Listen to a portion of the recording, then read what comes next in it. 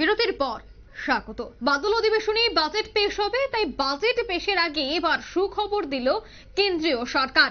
জানা গেছে 70 বছরের প্রবীণ নাগরিকদের চিকিৎসার খরচ দেবে কেন্দ্রীয় সরকার। বড় আশ্বাস, চিকিৎসার খরচ পুরোটাই বেঁধে দেবে কেন্দ্রীয় সরকার। রাজ্যগুলির জন্য থাকছে নির্দেশিকা। নির্বাচনের আগে প্রতিশ্রুতি রুখতে কাজ শুরু এবার মোদী সরকারের, অর্থাৎ নির্বাচনের আগে প্রতিশ্রুতি রাখতেই এই মোদী সরকারের এই আশ্বাস বলেই মনে করা হচ্ছে। সে বিষয়ে বিস্তারিত জানবো। টেলিফোন লাইনে রয়েছে এক্সিকিউটিভ এডিটর নীল বণিক। নীল, 70 বছরের প্রবীণ নাগরিকদের চিকিৎসার খরচ নিয়ে বড় আশ্বাস দিয়েছে কেন্দ্রীয় সরকার, কি জানতে পারছো? দেখো, কেন্দ্রীয় সরকার নির্বাচনী প্রতিশ্রুতি দিয়েছিল যে 70 বছর বয়সী যারা দেশের প্রবীণ নাগরিক তাদের চিকিৎসার দায় আর কাউকে নিতে হবে না, সেটা রাষ্ট্র নেবে। এটা অত্যন্ত যুগান্তকারী একটি পদক্ষেপ বলেই মনে করছেন দেশের বিভিন্ন মহল এবং চিকিৎসক সংগঠনগুলি যারা রয়েছে, যে সমস্ত রয়েছে দেশের খ্যাতনামা, তারাও এই সিদ্ধান্তকে স্বাগত জানিয়েছেন। কিন্তু একটা প্রশ্ন হচ্ছে এর মধ্যে থেকে উঠতে শুরু করেছে যে যেখানে দেশে গড় যে আয়ু, সেই গড় আয়ুতেও 70 বা ঊর্ধ্ব, সেই জায়গাতে কেন 70 থেকে এই পরিষেবাটা দেশের মানুষ পাবে যারা প্রবীণ নাগরিক? সেই জায়গাতে কেন্দ্রীয় সরকারের যে নিয়ম এবং নীতি বা রাজ্য সরকারগুলোর নিয়ম বা নীতি, সেটা হচ্ছে 60 হইলেই তাকে আমরা কি প্রবীণ বলি এবং দেশের আইন সেই কথা বলছে। এবং 60 হলেই কিন্তু এখন দেখা যায় যে কোনো কেন্দ্রীয় সরকারি কর্মচারী বা রাজ্য সরকারি কর্মচারী তারা কিন্তু রিটায়ারমেন্ট নেয়, অর্থাৎ তুমি প্রবীণ ব্যক্তি, তোমাকে দিয়ে আর কাজ হবে না, তুমি পেনশনের আওতায় চলে এসছো, তুমি বাড়িতে অবসর নাও। এটাই তো মূলত নীতি। সেই নীতি থেকে কিভাবে কেন্দ্রীয় সরকার কি সুকৌশলে তাহলে সরে গেল? মানে 70 ঊর্ধ্বদেরই প্রবীণ নাগরিক কি বলতে চাইছে কেন্দ্রীয় সরকার? এই প্রশ্নটা কিন্তু আবার উঠতে চলেছে। যদিও যদি 70-এর উপরে যে কজন প্রবীণ মানুষ যারা থাকবেন তারা তাদের চিকিৎসার যে খরচ, সেই চিকিৎসার খরচ বেঁধে দেবে কেন্দ্রীয় সরকার, এটা অত্যন্ত সাধুবাদ দেওয়ার মতোই বিষয়, এ বিষয়ে কোনো সন্দেহ নেই।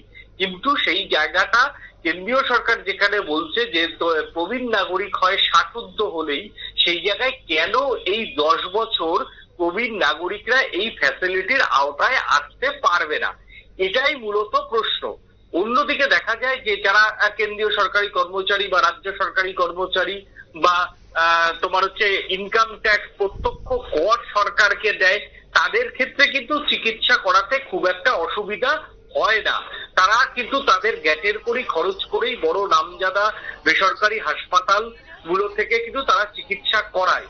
কিন্তু কারা চিকিৎসা করাতে পারে না? মূলত যারা দিন আনে দিন খায়, অর্থাৎ যারা মরশুমি বেকার, অর্থনীতির ভাষায় যাদের মরশুমি বেকার বলে, হ্যাঁ, যারা মাইগ্রেন্ট লেবার, তারা কিন্তু অনেকেই 55-র পরে এই হাড় ভাঙা পরিশ্রম করতে করতে তারা কিন্তু ক্লান্ত হয়ে পড়ে। 60-এর পরে তারা সেইভাবে কিন্তু কাজ করতে পারে না।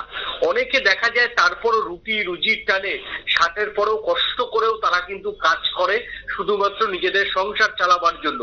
তাহলে এই সমস্ত যারা দিন আনি দিন খাই, যে সমস্ত লোকেদের এই চিকিৎসার খরচটা বেঁধে দেওয়া উচিত, তারা কেন 60-এর উপরে হলেই এই সুবিধা পাবে না, সেটা নিয়ে কিন্তু একটা প্রশ্ন উঠেছে।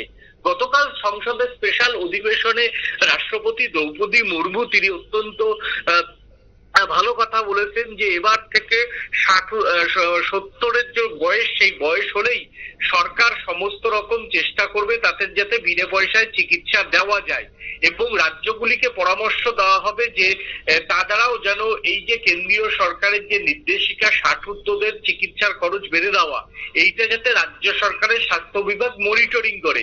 এ বিষয়ে এটা খুবই ভালো প্রস্তাব, এ বিষয়ে বিরোধিতা করার কোনো জায়গাই নেই।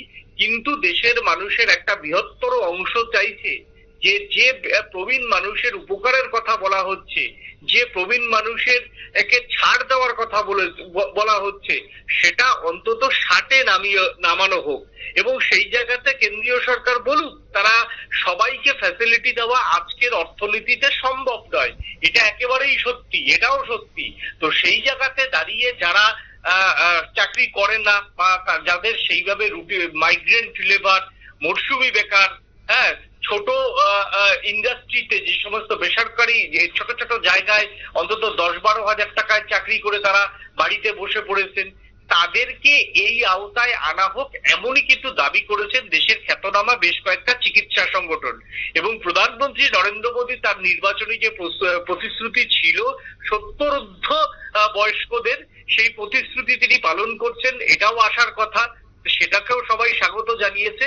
কিন্তু প্রধানমন্ত্রী নরেন্দ্র মোদী নেতৃত্বাধীন সরকারকে এটা ভেবে দেখার অনুরোধ করেছে যে প্রবীণের সংজ্ঞা যেহেতু আমাদের দেশে 60 ঊর্ধ্ব, তাই প্রবীণের সংজ্ঞা মেনেই এই ফ্যাসিলিটিটা দেওয়া হোক।